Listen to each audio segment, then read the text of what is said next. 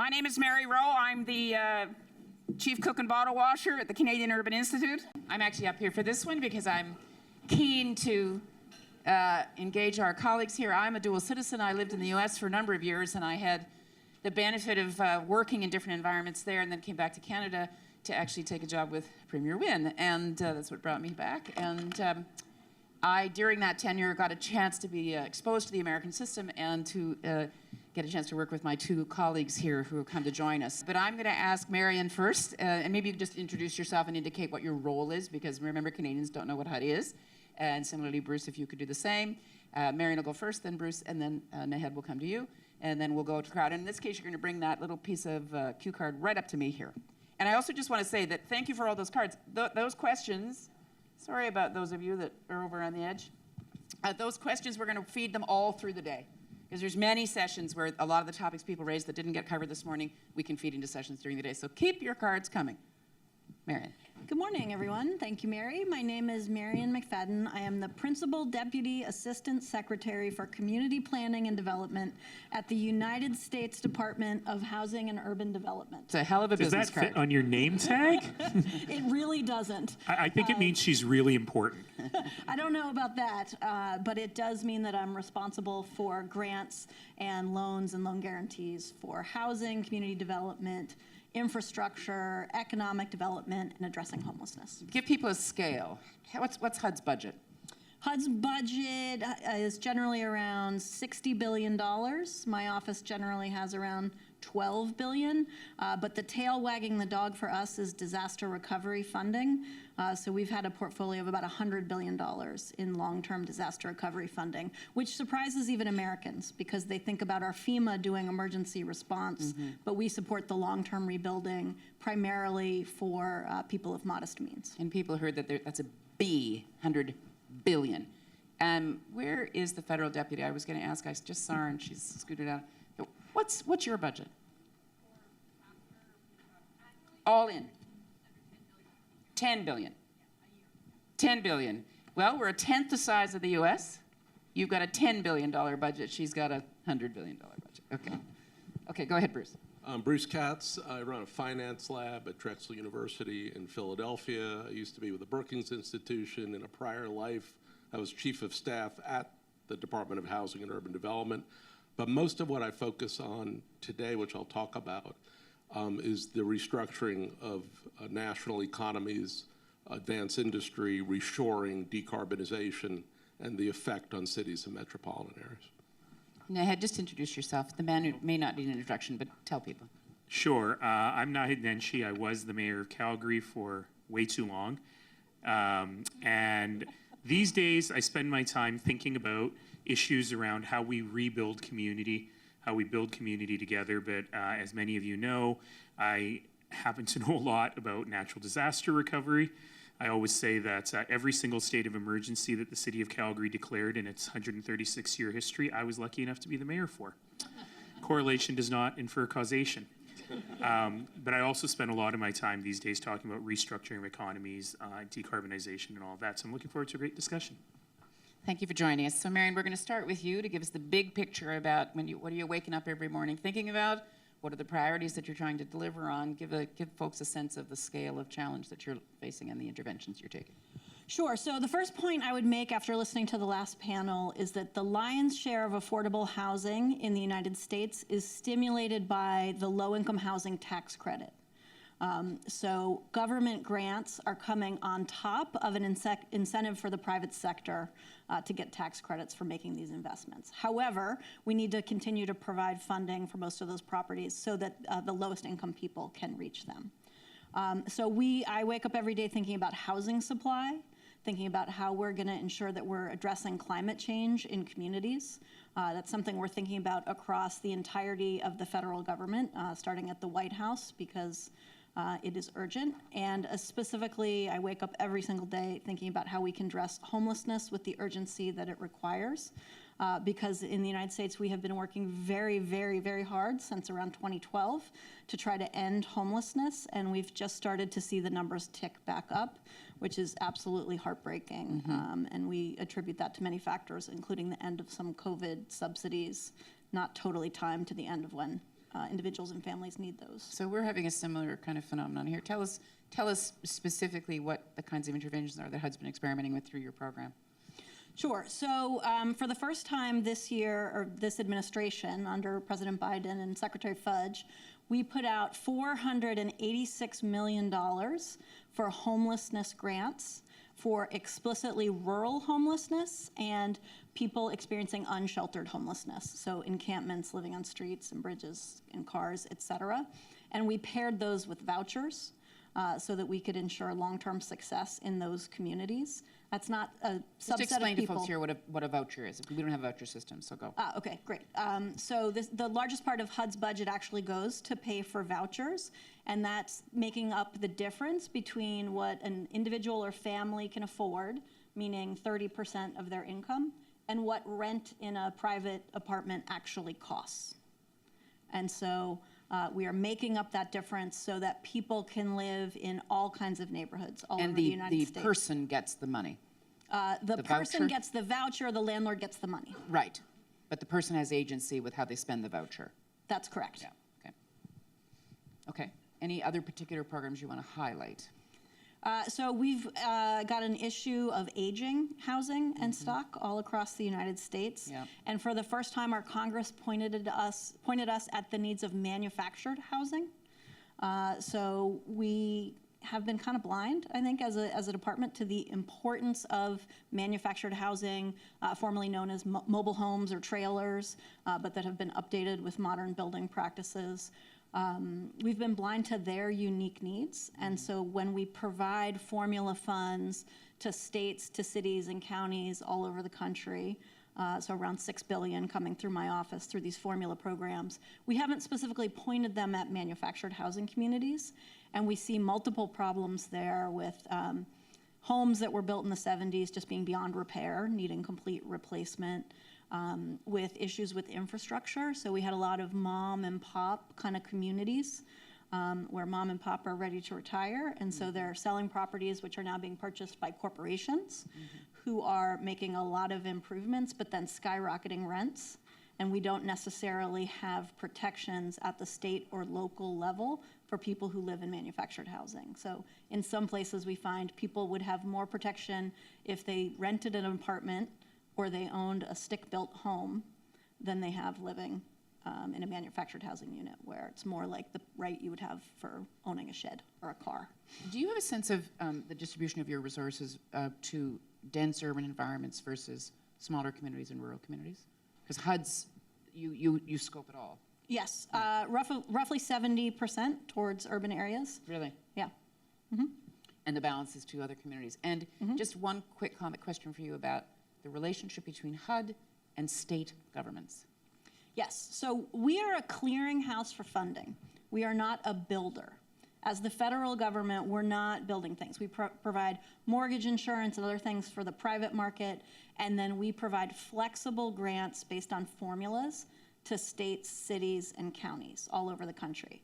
And rooted in the principles of federalism, we say, here are the list of eligible activities. It's kind of like, I don't know if it's saying it's a menu you can choose from or it's just a bag of groceries, but then all of those choices get made at the state and local level of how to spend the funds. We require a citizen engagement process so that the people actually give feedback to their elected officials on how the funds are spent. But as long as a community proposes activities that are on the list of what's okay, we don't say yes or no to them. We just say, okay, you're through. And the list that's okay is determined by whom? By the department, by Congress. So we have programs that that comes will from a do federal direction. new housing construction for rental housing, for individual homeowner units, for rehabilitation, for conversion from a non-residential property to a residential property, things like that. Right. But we don't say to any specific community, oh, you don't have enough rental, you need to build a rental. So the decision is left with them. They set their own priorities. And you're up there with all the, we had We've got all the cash. Well, not all the cash, but we can get we to got a lot of that, cash. It's early in the day for us to not make sure that we, of course, quote the famous Hazel McCallion statement in Canada that you probably know as better than I do, Naheed. In Canada, the government of Canada has all the money, the provinces have all the power, and the municipalities have all the problems. So it's and we always get people who sort of look to the U.S. and think it's better there. that the power is organized differently in a better way? What do you think? I have no comment on whether it's better there. Or whether you should change your constitution. Or what you should do. No, but we do provide funding directly to localities. So communities of any size, considerable size, get their funding directly from us. So cities, suburbs are getting their money directly from us. So 1,000. It does not go through the state. 235 communities get their money directly from us. And then the states get the funding for all the other communities that didn't get their own. So truly, the federal government is going to the cities with funding. Just looking to see if the deputy's taking notes. Yeah, she's taking it down, yeah. Okay. And then for the homeless programs, we actually do a competitive system for what we call continuums of care, which are assembled locally, and they may be headed by the city or the public housing authority or a nonprofit organization, and they organize themselves locally to come in for funding. Okay, great. Okay, Bruce, give us we appreciate Marion's big, broad perspective. You're a fellow at CUI. You've had lots of exposure to various Canadian cities over the last couple of years. Have at it. Tell us what you're seeing. What do you think? We titled this session a shared challenge because Naheed will come and echo that because he works across both borders too, is that we feel like this is a continental challenge. Like this is not just, Canada's not alone in this, so go ahead. So the phrase we use in the United States for our national government is it's a healthcare company with an army. So you can get a sense of how our world works. I want to go back to the last panel because this country needs an economic strategy, and the United States has one. And you're our biggest, we are your biggest trading partner. Our biggest trading partner is Mexico. What is happening right now in the U.S. is we are looking at a changed global economic order because of geopolitical tensions with China, what's happening with Russia and the Ukraine, what's happening in the Middle East, the specter of Iran, right? Transnational threats like climate, technological advances like generative AI and beyond. And then the way we're responding under President Biden and the Congress is with unprecedented federal spending to essentially rebuild and build a different kind of economy.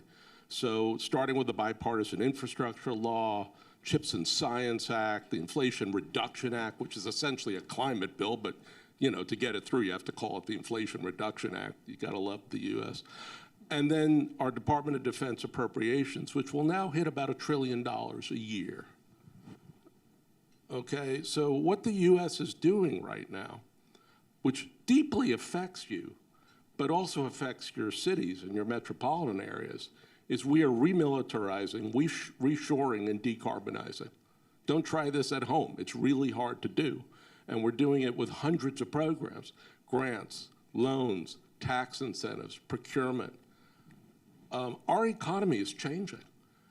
And what's happening is because of the effects of the pandemic and the effects of remote work and the effects of central business districts in cities, former high-flying cities like San Francisco, a whole bunch of other cities are beginning to rise up because they see this restructuring of our economy and they are staking their claim in it. So as we remilitarize places like St. Louis, which essentially is a military metro, Boeing, Scott Air Force Base, National Geospatial Intelligence Agency, they're getting major investments from our Department of Defense. And they're putting a good portion of it into low-income, disinvested communities. Very interesting, right? If you think about new technology hubs, semiconductors, Phoenix, Arizona, Columbus, Ohio, Syracuse in upstate New York, these are not, we don't think about them as the high-flying tech hubs. They are the new tech hubs. When you build the next generation semiconductors, that's 25 years of growth that we're talking about. Climate first movers. I mean, we're seeing whole portions of the US because of renewable energy. They're not thinking about just putting solar on homes. They want to be the inventors. They want to be the producers of this stuff. and then new trading powerhouses like El Paso in Texas, because they're on the border with Juarez in Mexico, and Mexico is benefiting dramatically from the reshoring of production in the U.S. So my sense, if you don't have an economic strategy, you better damn well get one really soon, both at your national level and in your major cities and metropolitan areas, because that's what's happening in the U.S. right now. And all these other issues, municipal tax, housing, et cetera, will be fundamentally affected by the strength of your economy and your ability to participate in a new global economic order. Because we're not going back. We spent decades offshoring, outsourcing. Okay, we are not going back. We are going to essentially begin to produce more of the sensitive technologies at home as a national security imperative, and that includes climate. So I think we're in a different world today, frankly, and it's happened really fast. And because of President Biden, I really just want to give the credit where credit is due. The U.S. is adapting fast. But we have an election a year from now. God knows what the hell's going to happen. But if we can continue the current regime and the current focus, I think the U.S. is going to be damn stronger with an economy that works for a much larger group of people and a much larger group of places. So that's at least my starting proposition. It's a hell of a story. Marion, do you want to chime in and add in anything from the government's perspective? And then I'm going to come to Nahed to go to see if Marion wants to comment, and then I'm coming to you. You go ahead, Marion. Go ahead, Marion. Sure. So I think historically we haven't been the best at stimulating economic development through federal government investments, and I think with the CHIPS Act that's really changing. And so as that funding starts to get absorbed by communities, we are going to see people feeling much stronger about the economy. But right now people aren't feeling great, right? We've had a lot of inflation. We've had challenges with skyrocketing housing costs of other household expenses. So really that challenge of the next year to get to a point where people feel that investment touching their lives. All right. Okay. Nahed. Well, I can't really disagree with anything that we've heard from our visitors. Thank you for being here. Though I will say that I am considerably more skeptical than Bruce about the success of the potential economic strategy because of the political instability and, frankly, the fiscal fragility. It's all borrowed money that is making all of this happen. But maybe I can back up just a little bit. Et je peux dire peut-être que les défis sont communs, ils sont grands, et ils sont graves. Oh. I won't go on that much longer that way. Mais moi, je reste optimiste. C'est difficile. But I remain optimistic. It's difficult nowadays to be optimistic, but I'm the optimistic of the day. Maybe I'll suggest that the reason that this conversation is so fraught, that we're having this conversation right now, is that in my mind, there's a lot going on. And I think Bruce is very right when he says for us to focus on taxation, even on housing and on infrastructure, these are critical issues we need to focus on. But I think we need to put them into the frame of what's going on in the world. And I would suggest that I am perhaps even more pessimistic than we heard Bruce say, because I have been spending the last couple of years trying to convince people that we are in the midst of 6 complementary crises right now that are hitting us all at the same time, any one of which could completely destroy our civilization. It's a really pleasant thought for a lovely morning in Ottawa. The 6 things in my mind are what we learned or failed to learn from the pandemic and continuing public health crises.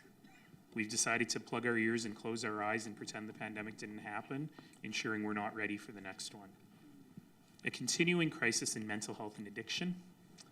That goes beyond the headlines and the social disorder we're seeing on the streets of every North American city. It goes beyond drug poisoning and really goes deeply into the fact that 1 in 4 of us are going to be formally diagnosed in our lifetimes with mental illness. And 4 out of 4 of us will struggle with our mental health. For me, that usually happens in the second hour of any conversation with Mary. But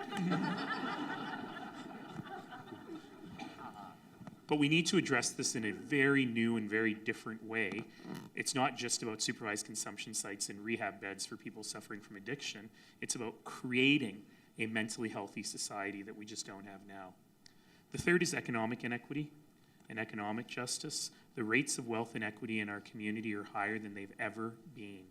When I started talking about this, I said they were higher than any time since the Gilded Age, since the time of the Carnegies and Rockefellers. They're higher now than they were then. Society cannot continue stable if this is going on. And the biggest example of that, the one we're talking about endlessly, is housing. And I'd love to talk more about housing if we get the chance, but that's just one symptom of general economic unease. If people were super wealthy, it didn't matter how much houses cost. But the issue is some of us are super wealthy and a whole bunch of us aren't. The fourth, of course, is the environmental crisis. I come from Alberta. You'll never find a larger proponent of clean, safe, reliable energy as being the most powerful poverty-fighting tool we have, and how Canada has a role to play in that. But we also must understand there is a climate budget, and we're running up against it, and we've wasted far too much time. And the final one that the fifth one, there is a sixth one, but the fifth one that many of us are facing in our communities every day is a real reckoning on the issue of equity.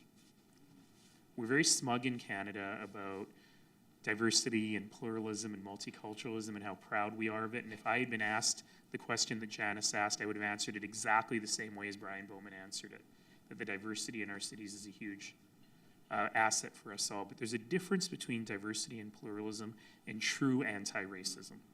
There's a difference between reconciliation and reconciliation.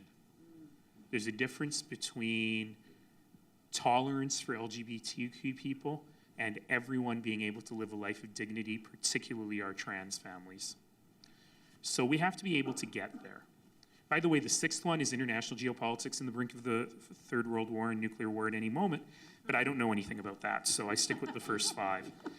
But in any case, my point being that there's a lot going on. So why do I remain optimistic? I remain optimistic because I actually believe the fact that all of this is hitting us at once, and in particular, the pandemic upending our ideas of how society works and how our communities work, mean that we live in an unprecedented moment of creativity. So President Biden's administration has grabbed that moment of creativity by saying this is our chance to completely reshape the economy.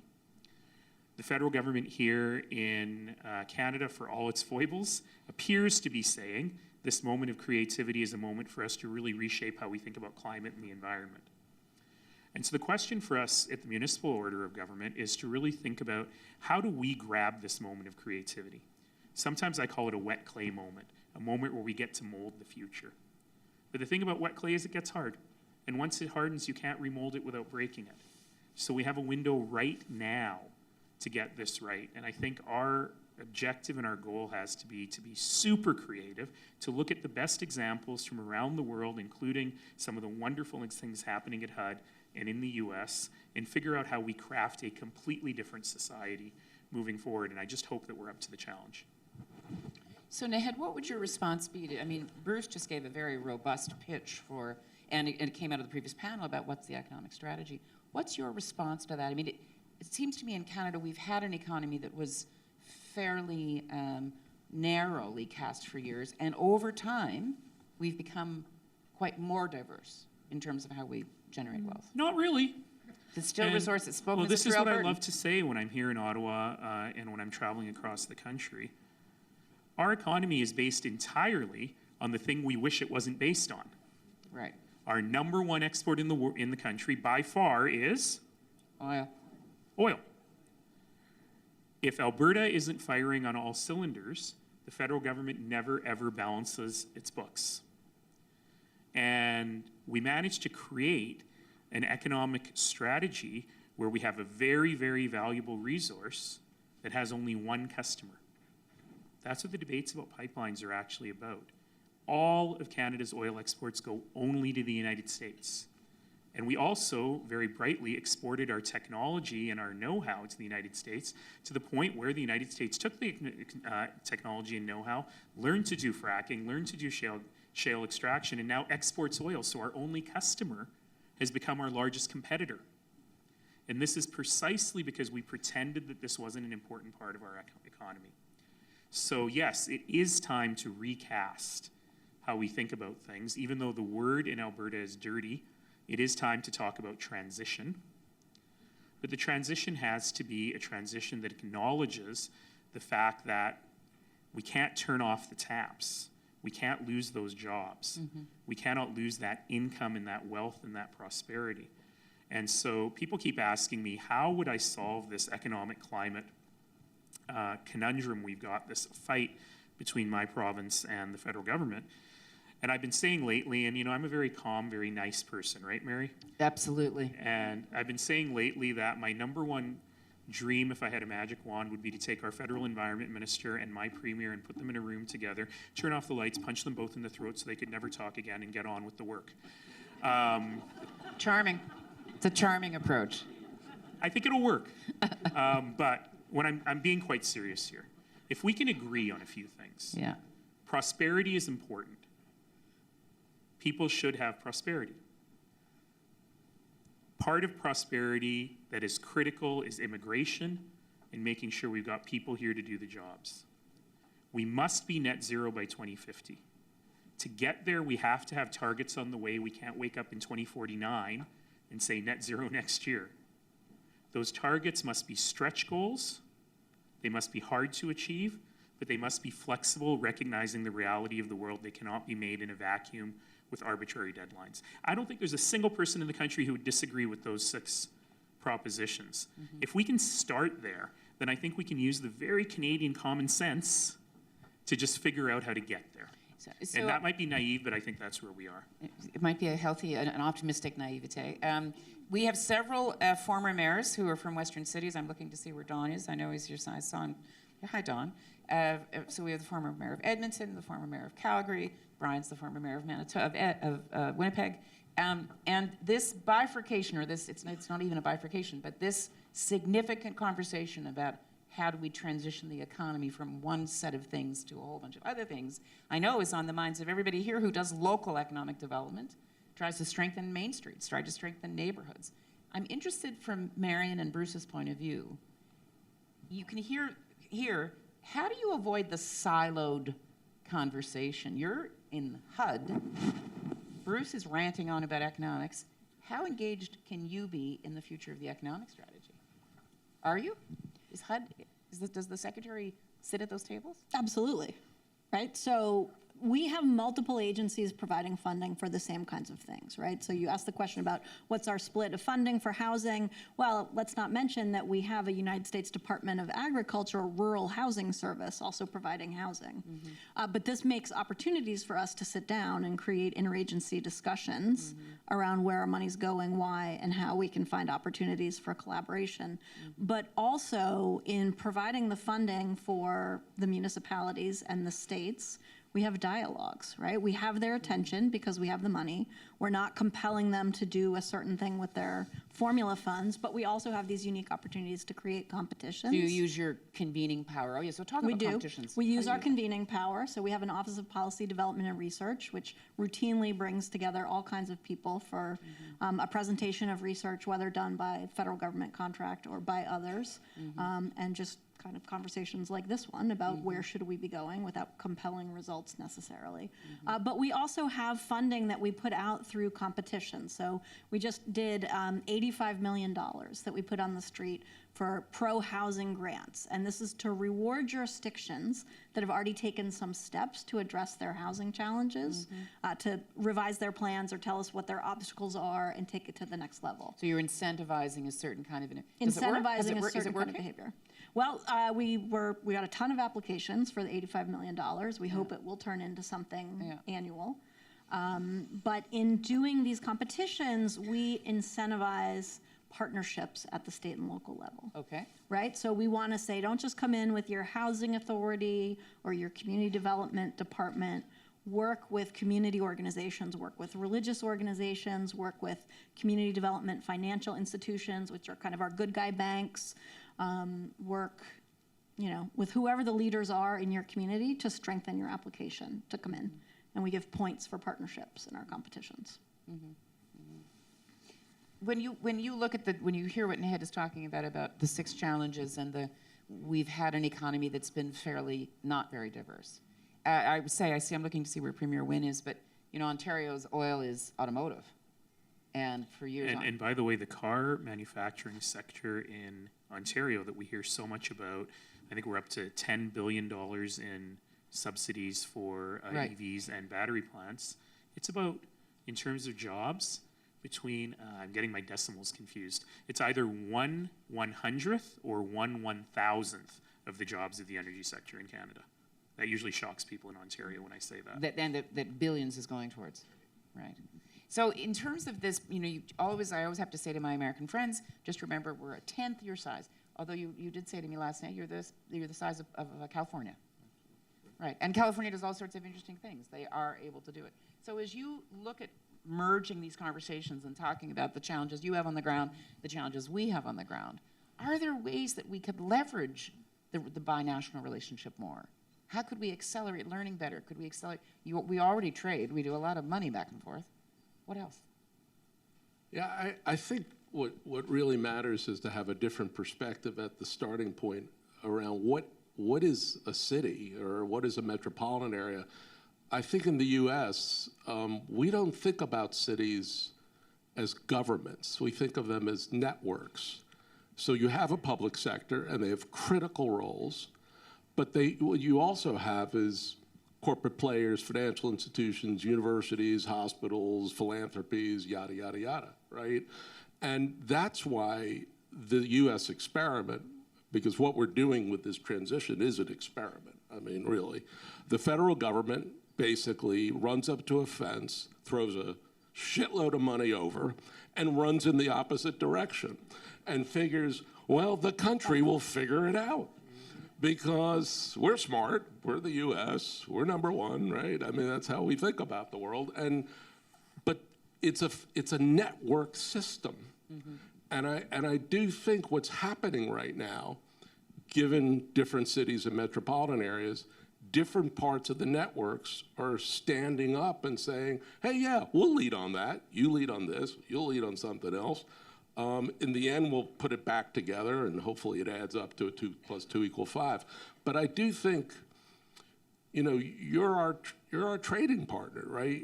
You're our friend. You're our ally. Nearshoring is real in this post-economic order.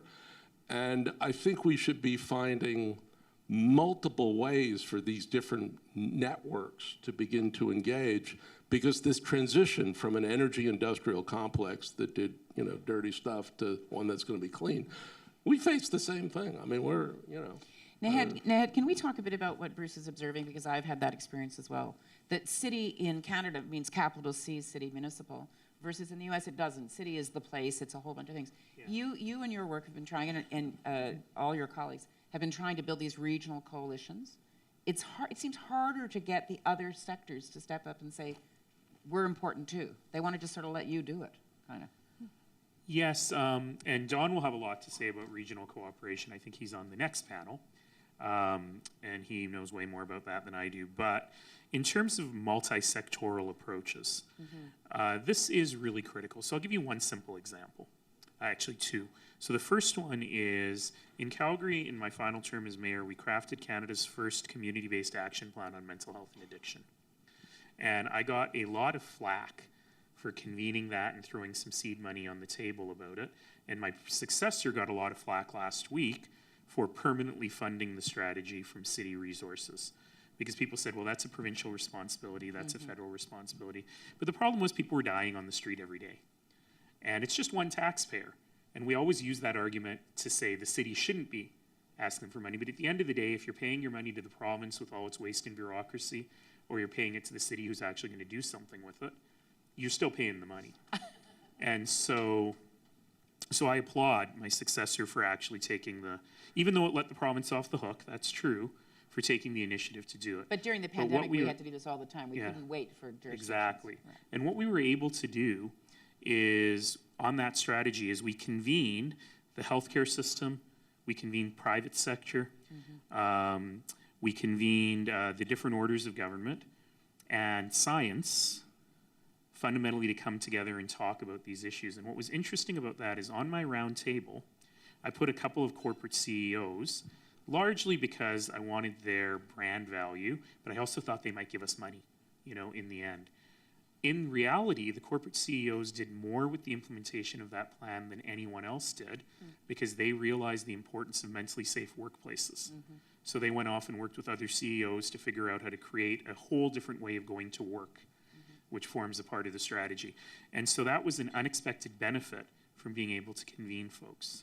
Now, something interesting is going on, and I'm looking straight at the deputy, and we've already talked about this, so she knows what I'm going to say. But when we talk about the new vigor with which she and her department and her minister are attacking the issue of housing, I applaud it. I think it's great. Normally, if I were a mayor, I'd say, hey, quit being a bully. But I actually think Minister Fraser is being very thoughtful in how he is being a bully with cities and provinces to make this work. But there's a problem. And the problem is that because the federal government is for once moving forward and getting stuff done, they risk leaving the real experts in this area, who are the people at the cities and the home builders like Ulkaram, who you'll hear from later today, behind. And so my huge concern is that the city's the national housing strategy, because it's not convening particularly municipal government experts in this area, might be 1 or 2 degrees off of what we need. So we're still moving in the right direction. But if you're 2 degrees off and you keep going, you're going to end up in quite of a different place. So what I'm worried about, I'll just bell the cat on this. What I'm worried about is that this laser focus on increasing the supply of housing, which is something we have not talked about in a long, long time, actually is running a very significant risk of increasing the supply of unaffordable, unsustainable, and sprawling housing. Right. Because you need the regulations behind that to make sure that doesn't happen. It's an easy fix, and I'm not being critical. It's an easy fix. Right. It has to do with pressuring the provinces using the power of the purse to institute things like mandatory inclusionary zoning. It has to do with understanding, as Romy said earlier, that this is about government money, but it's not just about government money. And you can give home builders and developers incentives to use their own money and the money of other home buyers who are buying market housing, and we've done this in Calgary, to really make a much bigger difference than you can do with public money alone. So that's a long way of saying, yeah, cities are complex systems, but you can actually use that to your advantage if you got the right people at the table. If you have questions, put them on that little card. Staff will bring them to me and we can ask them. We've only got a few more minutes, but if you've got questions that you want to put to either of these three, yeah, someone will bring it over to me and we'll ask it. I'm just interested to get Marion and Bruce's perspective on scale. How do we provide the kind of leadership and policy support, enabling conditions for communities at all scales? And are there particular differentiators with a metropolitan region, small R region? Bruce, do you go ahead, Marion, you start and then Bruce. So one of the things that gives me the most hope is that we have seen all levels of government coming to the table to address the housing challenges. We are not at the scale that we need to be, but for years it was, oh, that's the federal government, that's what they're supposed to do, for decades, really. Going back to like the 30s, right? But over the last 10, 15 years, we've seen voters going to the voting booth and saying, let's tax ourselves to create housing trust funds. We've seen communities giving up their right for city council or whoever to really look over the specs of what's being proposed and say, should we or shouldn't we allow this building, and say, no, we're going to do by right permitting, getting rid of parking requirements, all the things to increase density that we can't do at the federal level. That's exactly what's going on here. Our challenge, by the way, I'm just giving Mary a second to read the cards. Our challenge here, by the way, is that the federal government was largely absent in housing for many, many, many years and has come back with full force now. But I always say it's our favorite game in Canada. It's pass the buck, and as a result, nothing ever actually gets done. That's the province's responsibility, but we need money from the feds, but the city ends up with all the problems. You know, a great example of this is in immigration and refugee right now. I've been in the largest cities, I think, in 8 of 10 provinces this year. And I was just in Toronto this weekend. I love Toronto. I was born in Toronto. I spent my 20s in Toronto. Somebody broke that city while we weren't looking. And it's a real problem. And one of the real problems is you have refugees who are coming to this country and the city does not have the means to house them. So we have refugees sleeping on the street. This should be a national scandal. But it really is. The feds have the money, the province has the responsibility, and the cities end up carrying the bag. Hazel. Hazel. Can I say one thing about geography? Because the city level is not the right geography to talk about this industrial and energy transition. Because, you know, in the US, we define metropolitan areas as commuter sheds. And that has a particular thought about where people go to work, whether it's a central business district, whether it's a suburban employment center. We're now in an industrial, you know, transition. We're beginning to make things again. And therefore, what matters are supply chains and talent pools, which extend way beyond city or metropolitan space for the most part.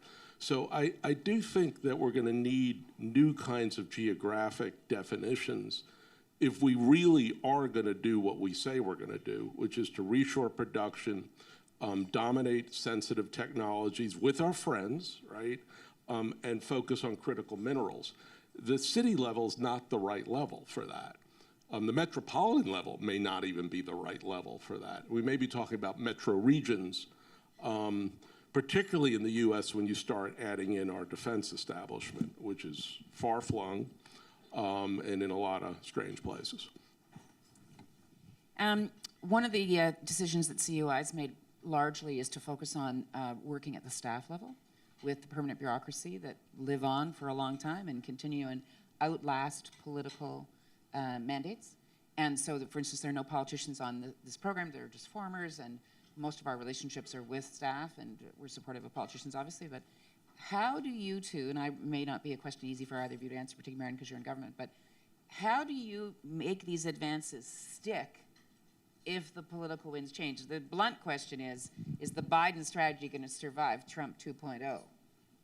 That's the blunt version, but tell us how you navigate that. So I started as a career employee. I shifted over to be a political appointee under President Obama. Changed a whole lot of things, felt great about, walked out the door and saw the Trump administration rescind them, and then came back in the door with the Biden-Harris administration to put things in place. And, you know, it's a pendulum. In the United States, it is a pendulum, and we try to make the changes that will stick. And we do that in two ways. At the White House level, at the political level, we have press releases about climate and racial equity and other hot issues that are very, very important to the party and very important to the people voting for the party. But then at the career level, at the way we talk about all of the jurisdictions that we're giving money to and the way we're making requirements, we try to use language that makes sense, right? Because if you don't want to talk about climate change, but you're concerned about protecting a property for its foreseeable useful life, I can work with you on that. Right. So we try to take the politics out of the initiatives once we get to the implementation phase. And we've also worked on educating our own team. We've done free trainings for all HUD employees, 5-part series about climate change, just to make sure they're understanding what we're talking So about. if there's a change in government, there's some Hope that it continuity. lives on, but understanding that some things will go because elections have consequences. I think most of what I'm describing is a sort of a democratic form of Trump's economic nationalism to a large extent. And I think a lot of this industrial transition will persist. I think, you know, I mean, it's hard to even imagine Trump being president again. I mean, I'm gone, right? But already searching for other places to live. But We have excellent visa programs. no, for, I'm you know, I'm There's a look- home for you in Canada. But I do think what Biden is responding to is a fundamental shift in the geopolitical order, and a shift in which nations do what, right? And I think we just have to accept that we're in a really different moment right now, and that the extreme globalization that basically has defined the last 30 years is over. It's over. And therefore, countries and cities and metropolitan areas need to find their new stake, their new position in economies where they're going to own more of not just the innovation, but the production. And I think we're just still sorting this out. You did write a book Yeah. called The New Localism, just saying. I did write a book called The New Localism, and if I had to write it again, it would be about this point, which is cities are networks. We're in the middle of an industrial energy transition of monumental proportions. The rules are getting rewritten. Which bit of all this do you own? Last comment to Nahed. There are 3 seconds left on the panel. You can say it quickly. You can I just want to say, thank you all for being here.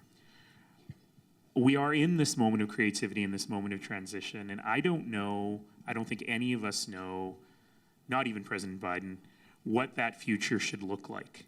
But we kind of know how to get there. And we get there with open hearts and open minds of people. We get there through empathy and compassion and thinking about what the future could look like with a sense of complete creativity. But the one thing in particular, if you've heard me speak in the last 11 years, you know one word in Sanskrit. And that one word in Sanskrit is seva. Seva means selfless service.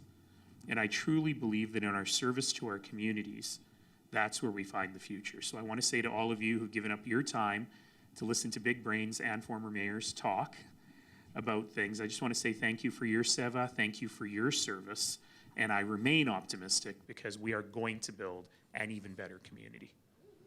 Thank you, Nahed. Thank you, Marion. Thank you, Bruce.